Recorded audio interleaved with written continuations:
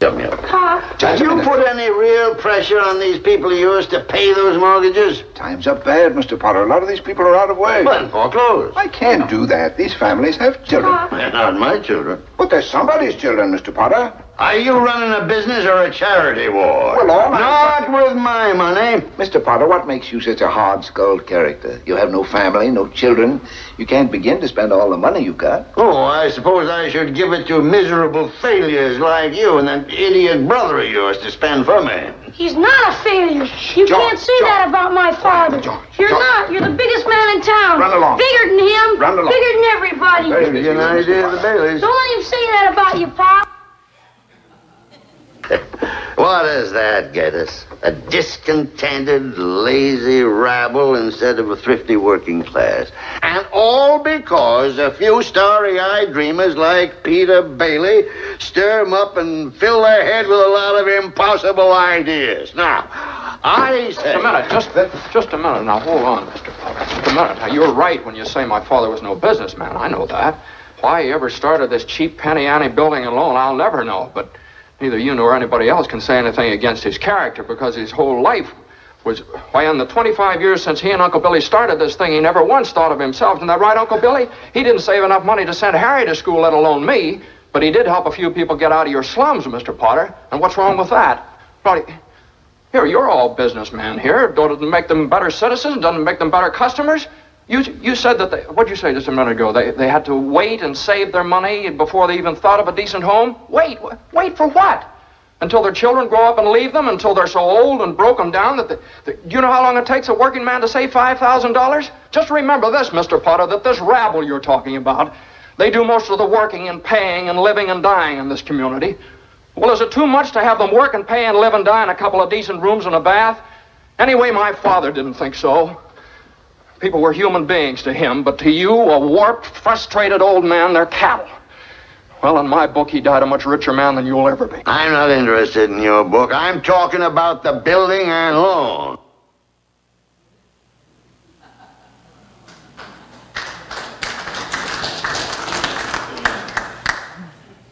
Oh, good morning. So, I don't know if you caught the announcements, but it's going to be a busy 2 weeks coming up. So just some highlights. Don't forget we have the Sock Hop Friday. And then in 2 weeks we have a very special service, our All Saints service. Now I know it is the day after Venice Pride. So it's going to be a very busy weekend getting ready for that. And we'll be busy all day on the Pride. But I really encourage you to not miss All Saints Sunday. We are going to be dedicating leaves, and that will include Barbara Wilson, Nancy's mom, and also Brad Viox, leave for him. You know, he didn't want a service, so this is our way of remembering him and honoring him. And if you would like to still dedicate a leaf, there's time, so make sure that you get that into Carla this week. Also, we will be showing a slideshow that service with all of your saints, people that have gone before you, and so make sure you get those photos into the office so Doug can create a slideshow for that. So we really want it to be a memorable time on that Sunday. And then after service, we're going to have a dove release. So that's going to be a very meaningful time for us. So make sure you make it then. And then next Sunday, we have our membership class. And of course, you heard the call for our media team. You know, I thank so much our media team that is there working so hard. Thank you for all that you do. Yes. And you probably don't realize, you probably do realize we're quite short-staffed, and it really is not that difficult once you get trained. And if you could just even volunteer for one time a month, it would be a huge help for us. Training is Saturday for the media team. So, that's a lot, huh? That's only half of it. So will you pray with me? Oh God, as we come together now in word, I pray that all that is heard and said and received by your people will bring glory only to you in Jesus' name. Amen. So our scripture reading this morning that Howard read comes in the form of a letter to Timothy. And just before the benediction of that letter, at the very end, there's this last bit of instruction. Tell people who are rich. Tell people who are rich. Well, throughout my lifetime, I've never thought of myself as rich.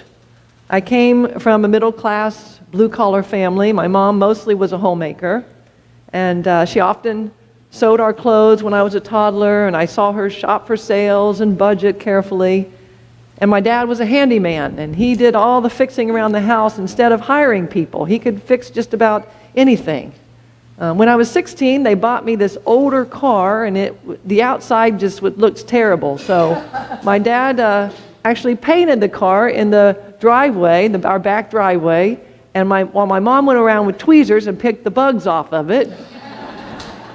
And it turned out really professional looking. I was just so proud of it. So when it comes to this passage in 1 Timothy, I might have a tendency to just overlook that message, tell people who are rich, until I became more educated about the distribution of wealth in the world. The Washington Post published an article entitled, "You Might Be Among the World's Richest People and Not Realize It." For example, an annual income in the mid-30,000s would put someone in the top 1% of wage earners in the world. And those of us who own homes, have retirement investments, and savings accounts are likely within the top 1 to 5% of the world's wealthiest. If you have just the basic needs of food in the refrigerator, clothes on your back, a roof over your head, and a place to sleep, you are richer than 75% of the people in the world. If you have money in the bank, money in your wallet, and just a dish sitting around with some spare change in it, you are also among the world's wealthiest. So I now have a different view of myself. I am rich. And there's not a day that goes by that I don't think about that responsibility. As I drive into my tennis club, or I fill up my gas tank, I have this awareness, and sometimes I actually carry the burden of what are God's expectations from me, knowing that I'm one of the world's wealthiest.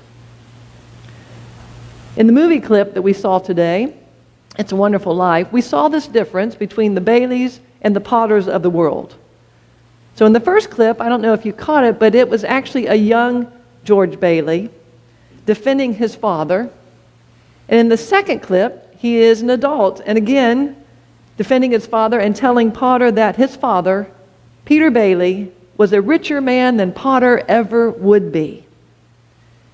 And what we see is a difference in which the way they looked out at the world.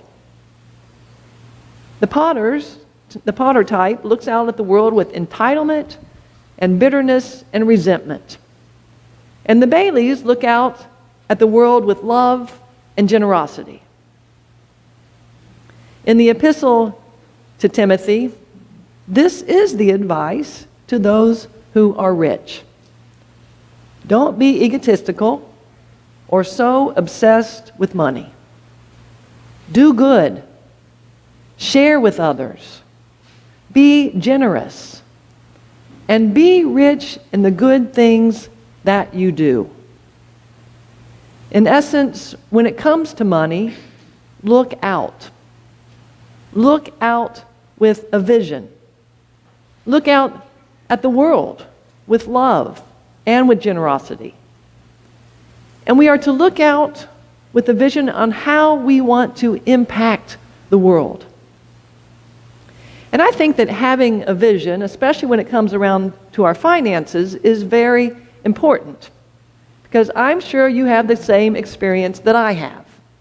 For example, I got a phone call this week from the police asking for a donation.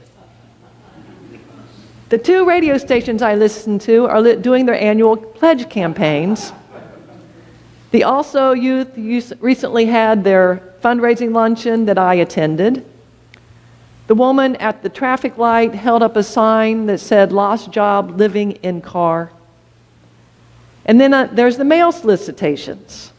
Equality Florida, the Human Rights Campaign, the Heifer Project, United Way, the Veterans, the Humane Society, my alma maters. and numerous other organizations that I don't even know. And then I come to church, and they attach a pledge card to my bulletin. And then every Sunday they pass the offering plate right in front of me and expect me to put something in it or else give through Easy Tithe. And I say, oh, the woes of the rich.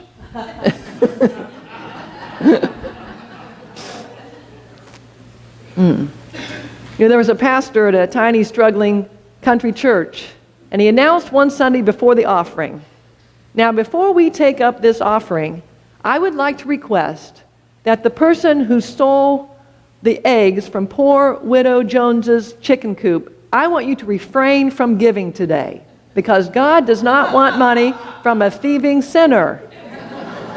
And that Sunday, every single person gave. Not one person let that offering plate go by. And I think about, oh, the methods that we use to solicit money. And these solicitations get overwhelming to us. And they might contribute to an attitude of bitterness and resentment. That can happen. Instead of the attitude of generosity and love. And I say unless we have a vision for how we want to impact the world. Peter Bailey and George Bailey knew the impact that they wanted to have on the world. It was to help their community. It was to assist working class families to have a decent home, to have some dignity and some worth. And so they sacrificed their own financial well-being for that vision that was so important to them. And the advice that we get in Timothy's letter to the rich, it sounds when you first read it like a command from God, like this is the right thing to do, to be generous and to share.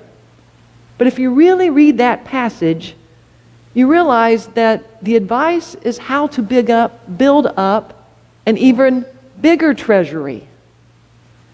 Because it says, those who do this will truly have life. That's the bigger treasury, to have joy and life. Reverend Russell Conwell delivered a sermon in 1912 at Temple Church in Philadelphia. And before he began his sermon, he brought a photograph, and he had it covered, and he unveiled it. And it was a picture of a little girl, little Hattie Mae Wyatt. And he told her story. He said that Hattie Mae lived in a house near the church when we worshiped at Burke's and Mervine. And it was a really small building, a small church, and it was very crowded. It was so crowded that tickets of admission had to be given weeks in advance just for people to have a seat on Sunday mornings. And likewise, the Sunday school was just as crowded as the sanctuary. And Reverend Conwell said, when I came down to church one day to attend Sabbath school, I found all these children standing outside. And they were really disturbed because there wasn't room for them to go in on account of the big crowd on that Sunday. And he said, I saw Hattie Mae Wyatt. And she was standing outside. She brought her books, and she had her contribution, her offering for Sunday school, and she was standing by the gate, and she was trying to decide whether to just go back home or to wait and try to get in. And Reverend Conwell said she just really stood out to me, so he picked her up and he put her on his shoulders, and he said he'll never forget the embrace that she held onto his head as he walked her down this crowded hallway, and he put her in the Sunday school room, and he seated her in the only chair left back in a dark corner. And he said the next morning, I was walking to church, and I came by Hattie Mae's house, and she was on her way to school. And he said, Hattie, we are going to have a larger Sunday school room soon. And she said, I hope you will, because with so many people, I'm afraid to go to Sunday school. They're alone.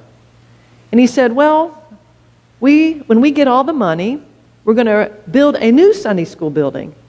And we're going to get one large enough so that all the little children are going to be able to fit. And we're going to begin raising that money very soon. Well, Reverend Conwell admitted that after the fact, he said, it was kind of just a slight vision. He really didn't have any plans for this. But he heard that Hattie was sick. And the family asked that he come over and visit her.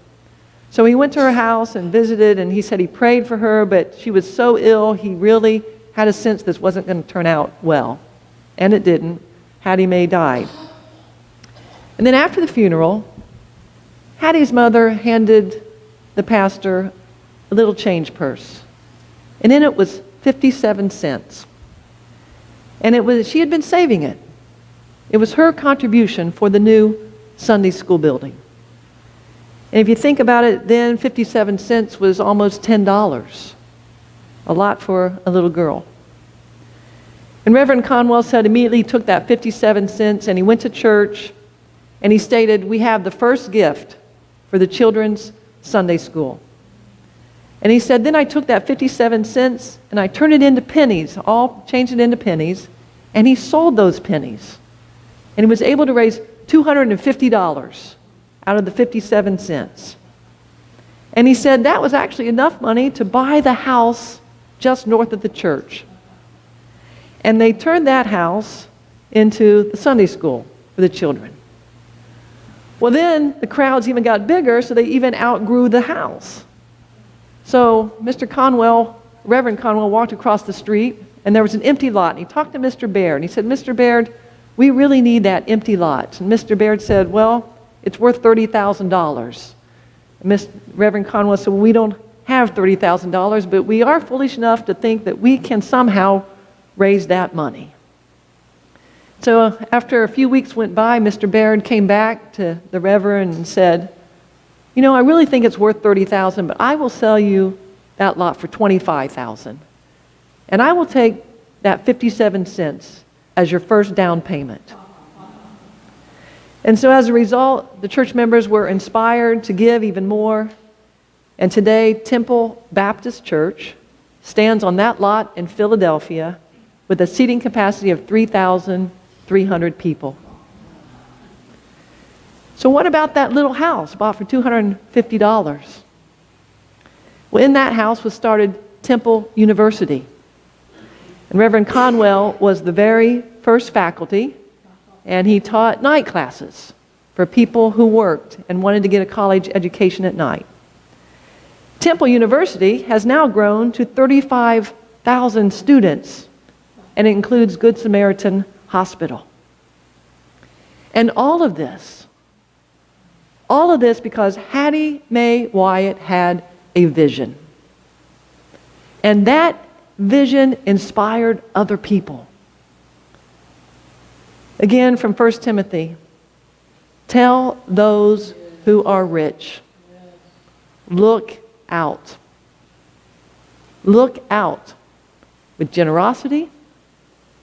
Look out to share. Look out with a vision of how God is asking you to bless others.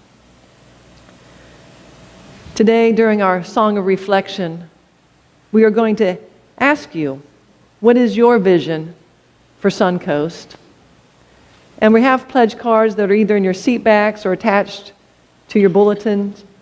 And we're going to ask that you really pray about your vision and what God is asking you to do, and to when you fill in the card, when you feel ready.